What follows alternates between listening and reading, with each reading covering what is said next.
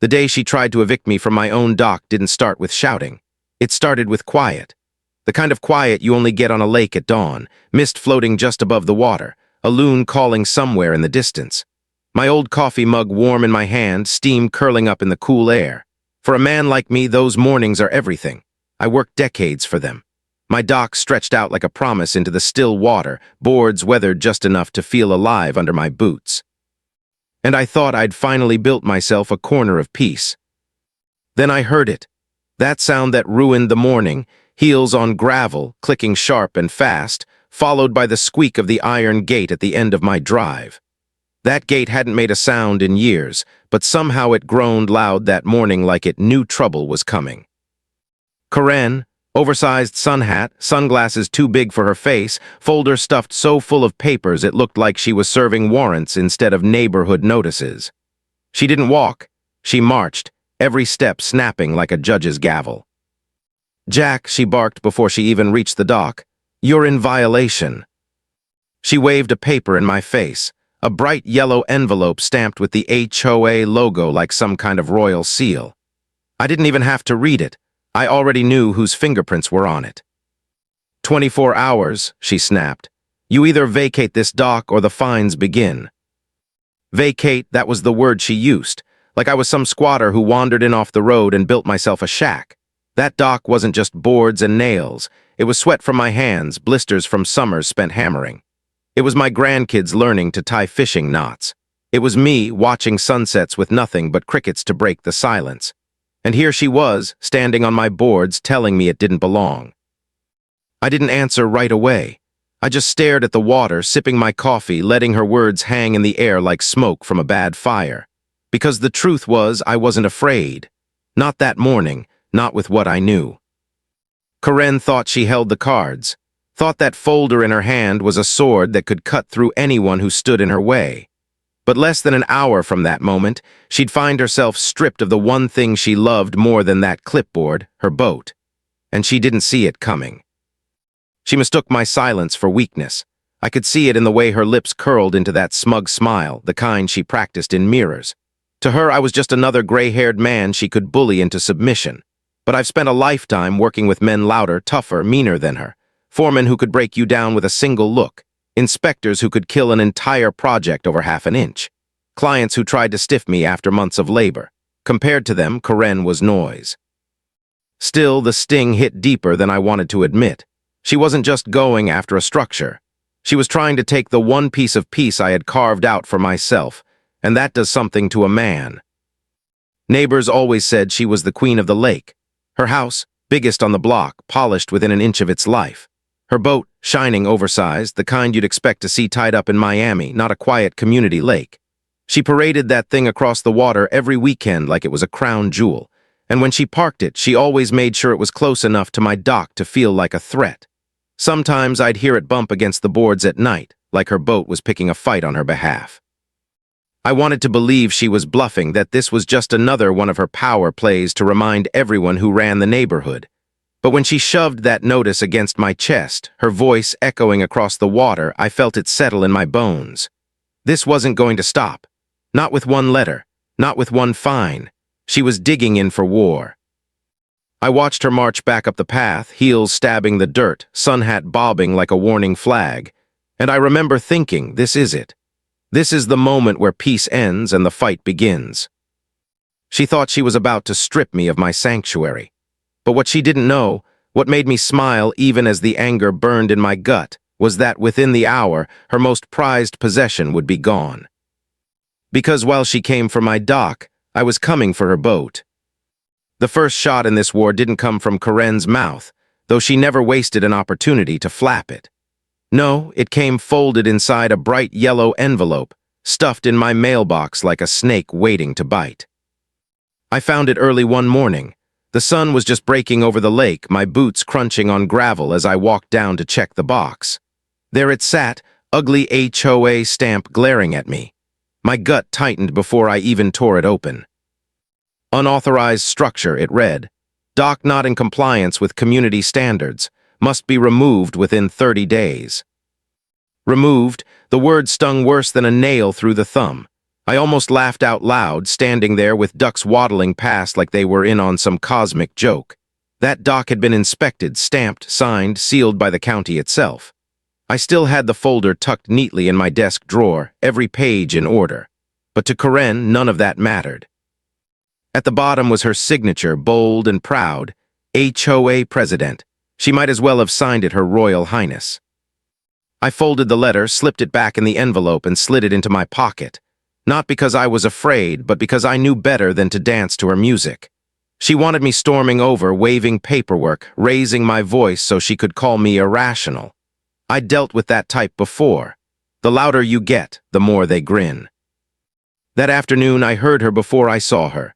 The hum of her oversized boat gliding across the water, sunlight bouncing off its polished sides like a mirror. She pulled it right up next to my dock, closer than comfort, closer than courtesy. Then she appeared, sun hat wide, sunglasses reflecting the lake, a smirk plastered on her face. "Jack," she called out, voice dripping with that fake politeness. "I trust you got my notice." I nodded slowly. I did. "And you understand the seriousness of the violation." Violation.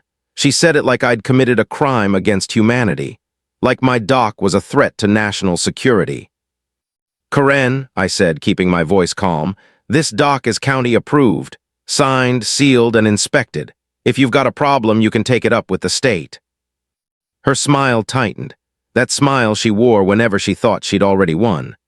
"Oh, Jack, the HOA standards are higher than the county's. Property values are at stake. We can't just let people throw together projects." I glanced at her boat, easily worth more than most homes in the neighborhood, polished so much it could blind you. "Yeah," I muttered. "I'd hate for the neighbors to lose sleep over my 2x4s. She didn't flinch, just pulled out her clipboard like a sheriff pulling a gun. 30 days, after that, fines begin, and if you refuse. I cut her off. "What, you gonna drag it into the lake yourself?" Her smile didn't crack. "Let's hope it doesn't come to that." Then she turned sharply, heels clicking against the dock like war drums, and disappeared up the path. I stood there staring at the ripples her boat left behind. And for the first time, I felt it fully. This wasn't about wood or nails or even property values. It was about power. About Karen proving to everyone in this community that she ruled. Over the next week, the mailman may as well have been delivering bricks to my doorstep. Every day, another envelope. Failure to maintain lawn edging, improper outdoor furniture, dock aesthetics. Thursday, I half expected a notice accusing me of breathing too loud. Each paper had her signature at the bottom, like a dagger carved in ink. Neighbors started watching differently too. Whispers at the mailbox, cautious glances over the fence. Karen had been planting seeds, unsafe dock, lowering values, Jack doesn't follow rules. Petty poison, but poison spreads fast. I kept my head down, sipped my coffee on the dock at dawn. Watched frogs croak and crickets hum at night. Tried to hold on to the peace I'd fought so long for. But every bump of her boat against my boards, every yellow envelope in my mailbox, every smug wave she tossed as she paraded past in her floating throne, each one dug deeper. And one evening, when her boat parked so close I couldn't even cast a fishing line without hitting its rails, I heard it.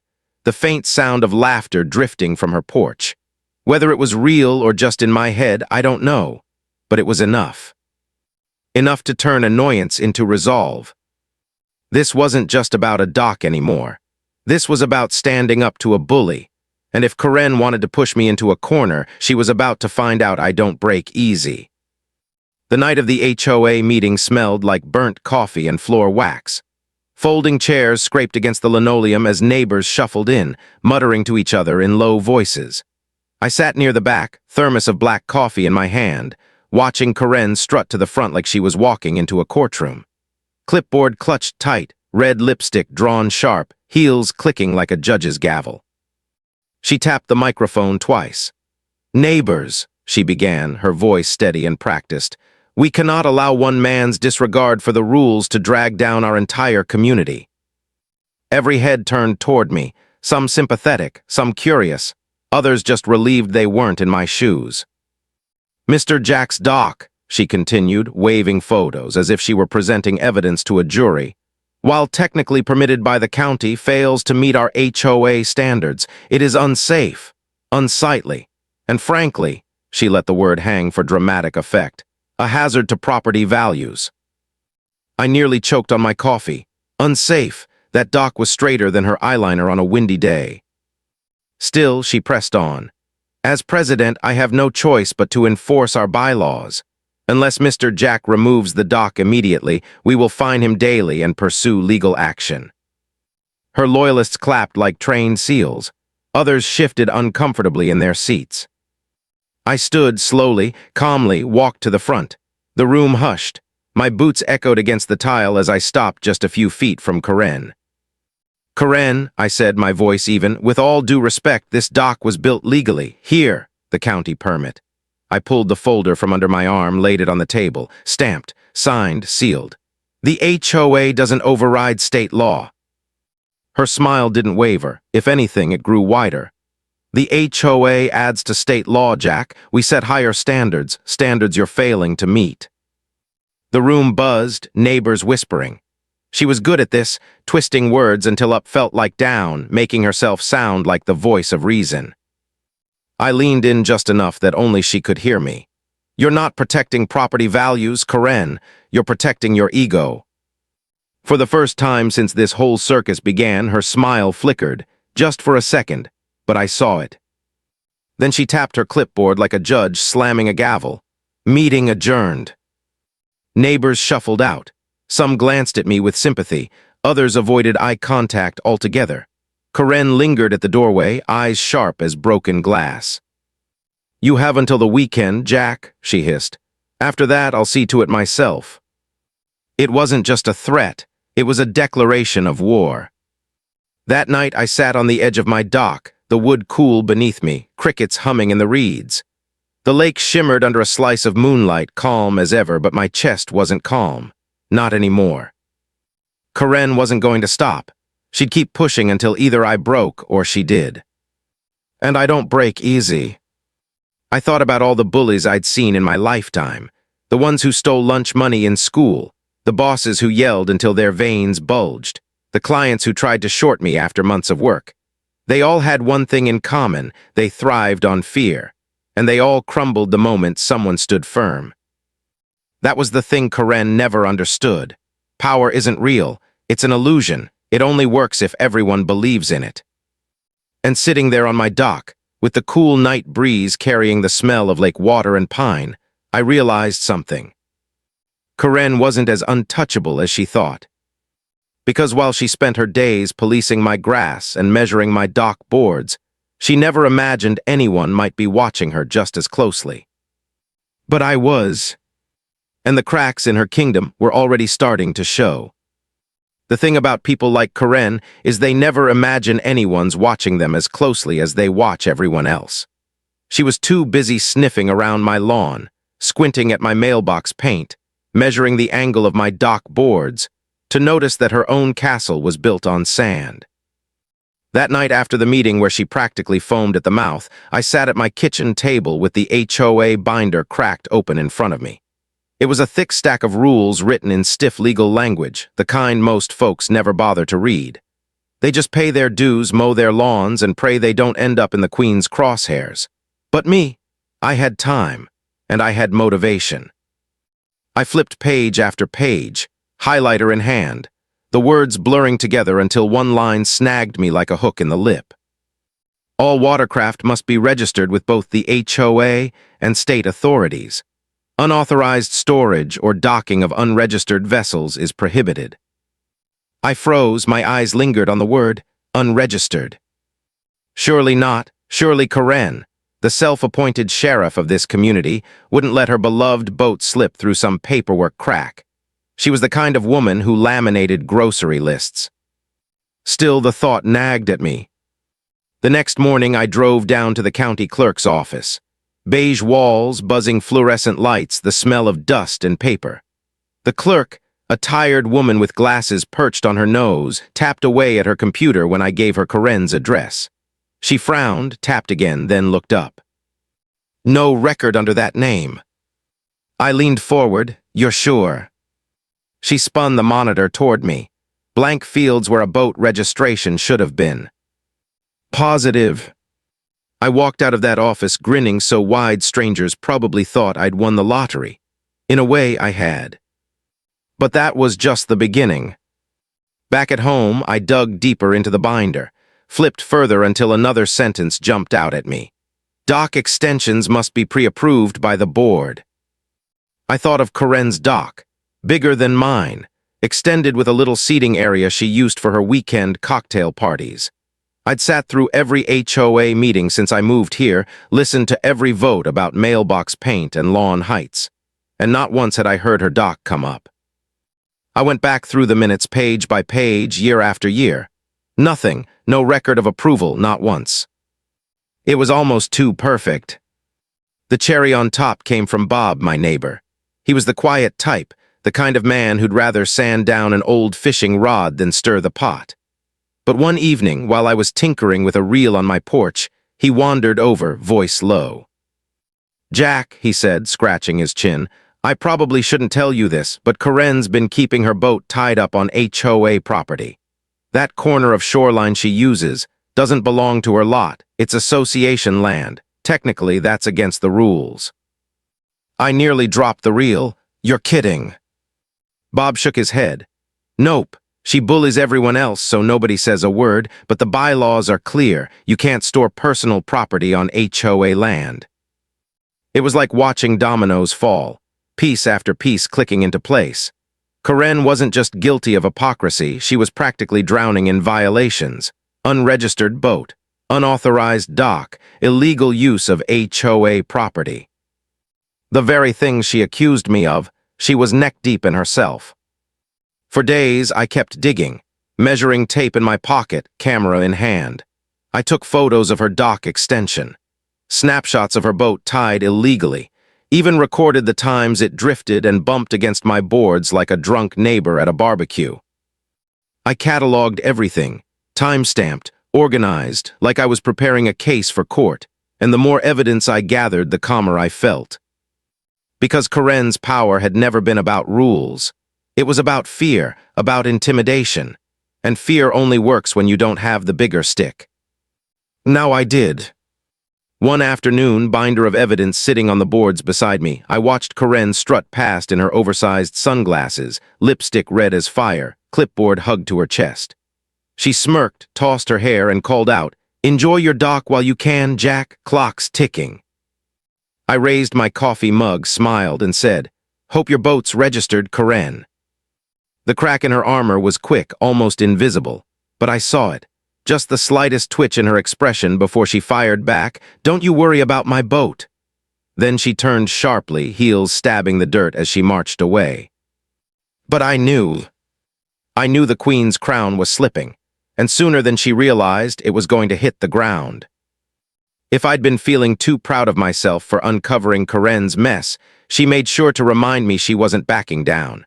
Bullies never roll over when they sense control slipping. They double down. It started with the letter, not slipped into the mailbox this time. No, this one was hand-delivered, shoved between the boards of my front porch so it stuck out like a knife handle. Final notice of eviction of dock structure. That word, eviction, hit me different, like my dock was a squatter trespassing on its own lakefront. The letter demanded immediate removal, no grace period, daily fines accruing until complete compliance is achieved. At the bottom, Karen's name sprawled across the page.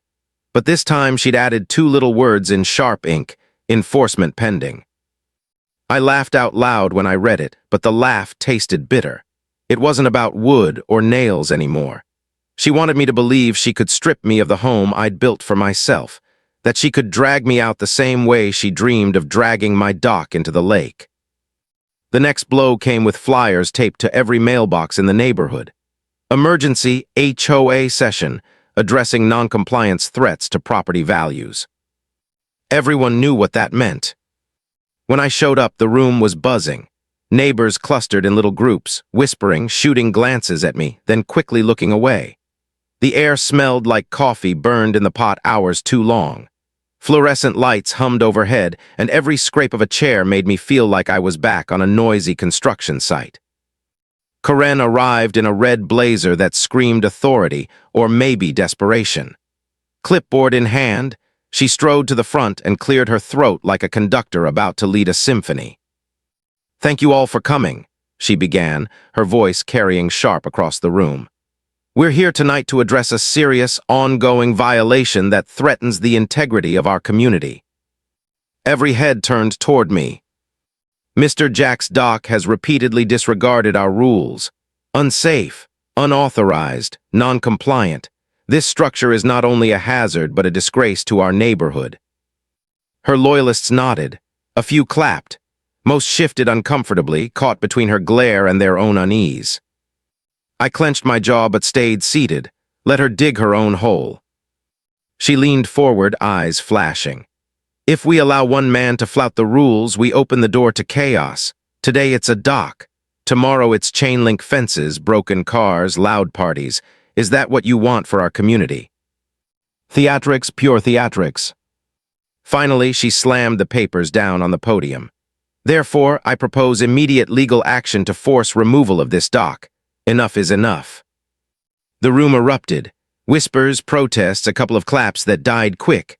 Old Bob spoke up from the back, voice rough like gravel. "Karen, that dock's sturdier than most bridges in the county. Jack done nothing wrong." She cut him off with a glare sharp enough to stop a clock. "This isn't about one dock, Bob. It's about order. Without rules, we have nothing." That was my cue. I rose slowly, binder of evidence tucked under my arm.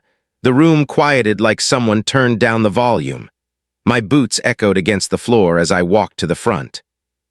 "Funny you should mention rules, Karen," I said, voice calm but steady, "because I've been reading them very carefully." Her smile twitched just for a moment. "This isn't your time to speak," she snapped. I held up a hand. "I think it is." I opened the binder. "The bylaws say all watercraft must be registered with both the HOA and the county. But your boat, Karen, it's not on record." Gasps spread through the room. Neighbors turned, whispering fiercely. "And dock extensions require board approval." I flipped a page. "I went through every meeting record for the last 5 years. Not once was yours approved." Her cheeks flushed red, almost matching her blazer. "That's irrelevant. We're not here to discuss my dock." "Oh, but we are," I said, my voice dropping low. "Because rules apply to everyone, don't they? Or is it one set for you and another for the rest of us?" The room buzzed. Neighbors leaned forward, eyes wide, waiting for her response. For the first time since I'd known her, Karen looked rattled. She straightened, clipboard clutched like a lifeline. "You think you can outmaneuver me, Jack? I've been president for 6 years. I've handled lawsuits, complaints, disputes. You're just one man with a pile of papers." I closed the binder gently, almost like laying down a hammer. "Maybe, or maybe I've been building more than a dock this whole time." The meeting ended in chaos. Karen stormed out, heels stabbing the tile, red blazer flashing like a warning flare. Neighbors divided, some patting me on the back quietly, others scurrying away to avoid her wrath. But as I walked home under the cool night sky, stars shining faint over the lake, I knew something had shifted. She wasn't invincible anymore, she knew it, and so did I. The night of that chaotic meeting, I sat at my kitchen table long after the neighbors had gone home. The binder lay open, papers scattered like puzzle pieces, my coffee gone cold. Outside, the lake shimmered under the moonlight, calm as glass. Inside, my mind was racing. For weeks, Karen had kept me on the ropes. Violation letters piling up, threats dripping from her lips, whispers in the neighborhood making me feel like an outcast. But now the tide had shifted. I wasn't just defending a dock anymore. I was planning an offensive. The first step was simple: get airtight legal backup. Karen loved throwing around words like non-compliance and eviction like they were magic spells. But real law doesn't bend to HOA fantasies. So the next morning I walked into a small office on Main Street. The bell above the door jingled as I stepped inside, shaking dust from my boots. The place smelled faintly of paper and lemon cleaner. Behind a desk sat Marcy, a sharp-eyed attorney with her hair tied back and glasses perched low. She listened as I laid everything out. The letters, the threats, the whispers, the unregistered boat, the unauthorized dock, the photos, the bylaws. She flipped through my binder page by page, her pen tapping against the desk. Finally, she looked up. She's been threatening you with fines while she's in violation herself. Neck deep, I said. Marcy smirked, adjusting her glasses. That's not just hypocritical, Jack, that's actionable. Music to my ears. She explained that if Karen tried to push legal action, we could counter with her own violations. But the real kicker, the one that made my heart kick up like a hammer, was that HOA rules allowed for immediate impoundment of unregistered vessels. You mean? I leaned forward, barely able to keep the grin off my face. Yes, she said, her smirk widening. If her boat isn't registered, the HOA technically has the authority to seize it, which means, Jack, you can request enforcement. The words hit me like lightning. For months, Karen had threatened to take my dock, but hidden in the very rules she worshipped, I now held the power to take her boat.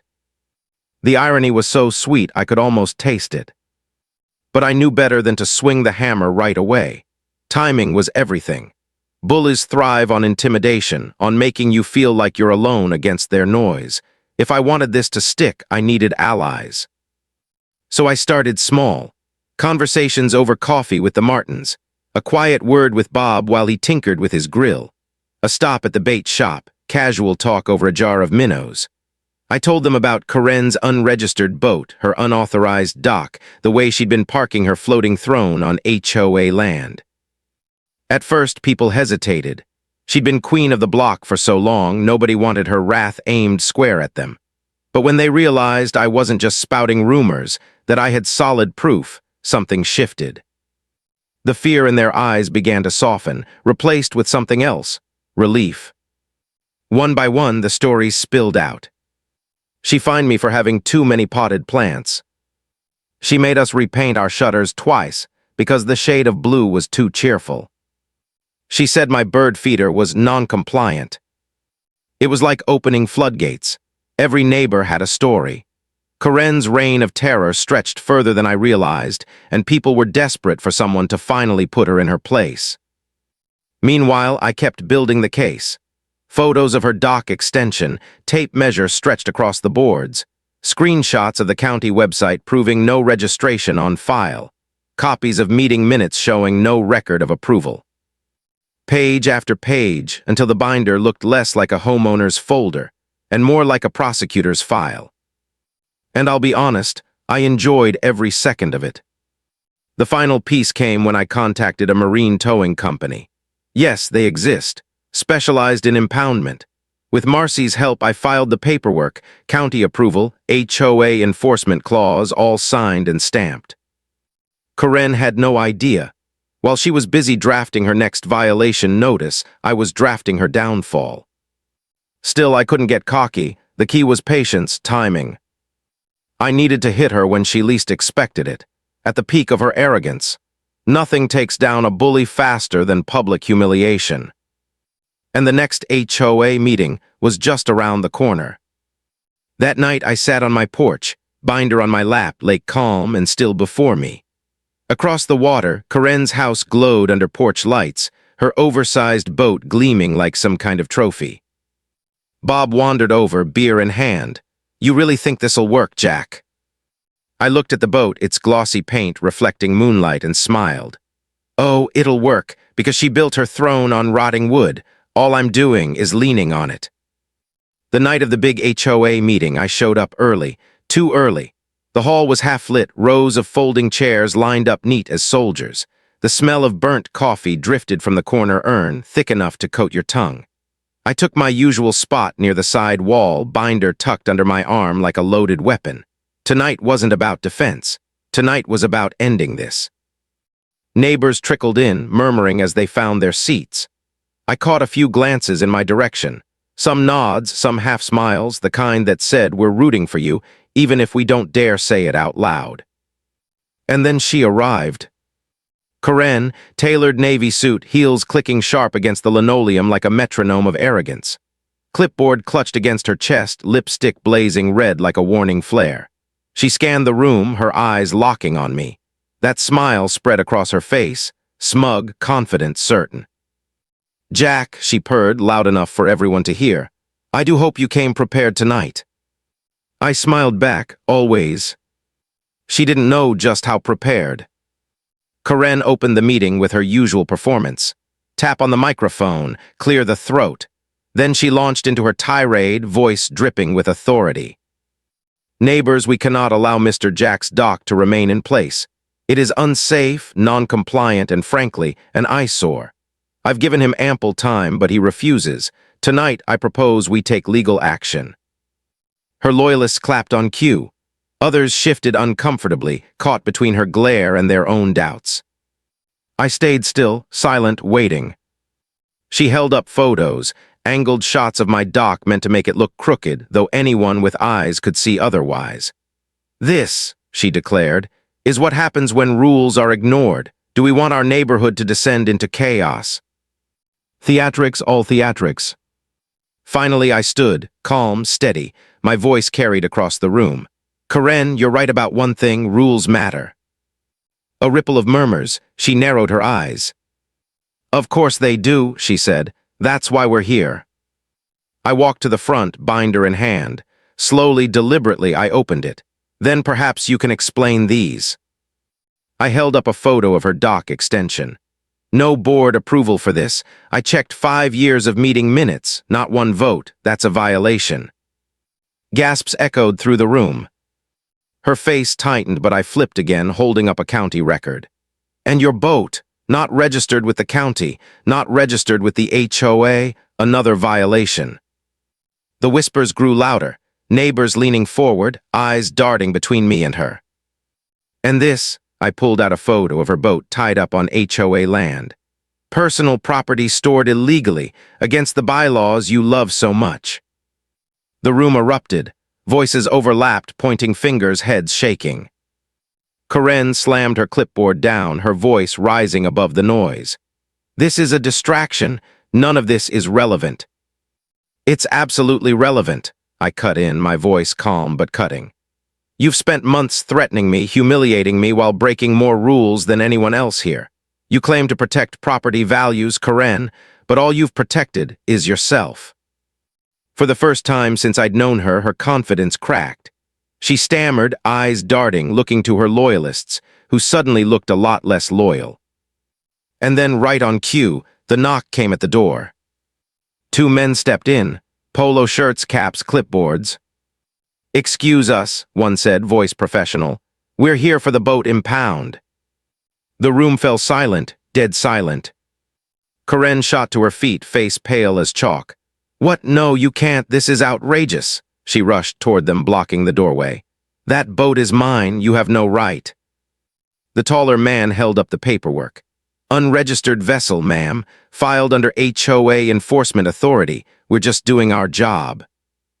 Karen spun toward me, eyes wild. "You did this." I raised my coffee cup. Yes, I'd brought one, and took a slow sip. "You're the one who said rules matter, Karen. I'm just making sure they apply equally." The neighbors followed as the towmen walked down to the shoreline. Karen scrambled after them, heels sinking into the grass, her voice rising to a shriek. "You can't take it. This is theft. Do you know who I am?" The irony was almost too much. For months, she'd threatened to take away my dock. And now, in front of the whole community, her pride and joy, her gleaming, oversized boat, was being hooked to a tow rig like a piece of junk. Some neighbors laughed openly, others just shook their heads. Bob muttered, "About time." Karen screamed, pleaded, even tried to block the truck with her arms. But it was no use. The boat was hitched, secured, and rolled slowly out of the neighborhood while she stumbled after it, mascara streaking, voice cracking. I stood on my dock, sipping the last of my coffee as the truck disappeared down the road.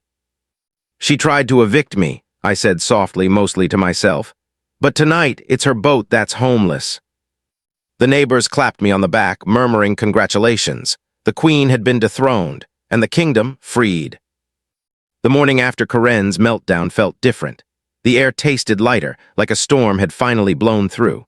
I walked down to my dock with a fresh cup of coffee, boots thudding softly on the boards, For the first time in months, I didn't feel her shadow hovering over the water. No oversized boat blocking my view. No clipboard queen strutting past with smug waves. Just the sound of gentle waves lapping against the wood and the sun stretching its arms across the lake. Word traveled fast. By midweek, the entire neighborhood knew about the boat being hauled away. Some whispered about it like it was juicy gossip. Others spoke in awe like I'd just slain a dragon. Bob ambled over one afternoon, 2 bottles of beer in hand. He handed me one and sat on the edge of the dock, legs dangling over the water. "Jack," he said, a grin tugging at his beard, "I've lived here 20 years, never seen anything like that. You didn't just win, you knocked the crown clean off her head." I chuckled, taking a long sip. She did most of that herself, I just gave it a push. But it wasn't just Bob. Neighbors I barely knew stopped me in the street, shaking my hand, thanking me. The Martins brought over a pie, saying they finally felt free to hang their wind chimes again without worrying about a violation letter. A young couple down the block admitted Karen fined them for having too many potted plants on their porch. It was like watching chains fall off one by one. For years, Karen's reign had kept people silent, afraid. And now they could breathe again. Of course, Karen didn't go quietly. For a week or two, she stormed around like a storm cloud without rain, filing appeals, writing letters, calling emergency meetings that nobody showed up to. Her voice had lost its thunder. Without her boat, without the illusion of invincibility, she was just another neighbor shouting into the wind. The HOA board, tired of the circus, called a vote of no confidence. And almost overnight, she was out. No longer president, no longer queen, just Karen, another homeowner with her own stack of violations to answer for. I heard later she tried to fight the fines in court, but the law doesn't bend forever, not even for people like her. By the end of summer, her boat was still impounded, her dock flagged for removal, her reputation in tatters. As for me, life finally returned to what I'd always wanted, simple, peaceful. I rebuilt part of my dock, reinforced it not because I had to, but because I wanted to. Sat there most evenings, fishing rod in hand, watching the sun paint the water gold. Sometimes my grandkids came by, feet kicking at the lake, laughter echoing against the trees. Other nights it was just me, the frogs, and the quiet. Every so often I'd see Karen walking by, head down, no clipboard in sight. The same neighbors who once nodded nervously at her now barely spared her a glance. Power's a funny thing. It evaporates the second people realize it was never real in the first place. Looking back, I don't take joy in her downfall. Not really. What I take joy in is the reminder that bullies don't get to win forever. They rise on fear, but fear only lasts until someone stands up. Karen tried to evict me from my dock. She thought she could strip me of what I built, what I earned, what I loved. Instead, she lost the thing she cherished most. Not just her boat, not just her title, she lost the illusion of control. And me, I didn't just keep my dock, I got my peace back. If this whole ordeal taught me anything, it's that silence only feeds bullies. Karen thrived because people were too afraid or too tired to fight back. But the second someone stood up, the second her bluff was called, the whole house of cards came tumbling down. Strength doesn't always mean shouting louder. Sometimes it means patience, preparation, knowing the rules better than the tyrant who abuses them. So if you're listening to this and you've ever felt cornered by a boss, a neighbor, a so-called authority, remember this: you've got more strength than you realize. Sometimes it just takes standing firm, even when your knees are shaking. You've heard this confession, now wait until you hear the next one. The truth that shatters everything you thought you knew.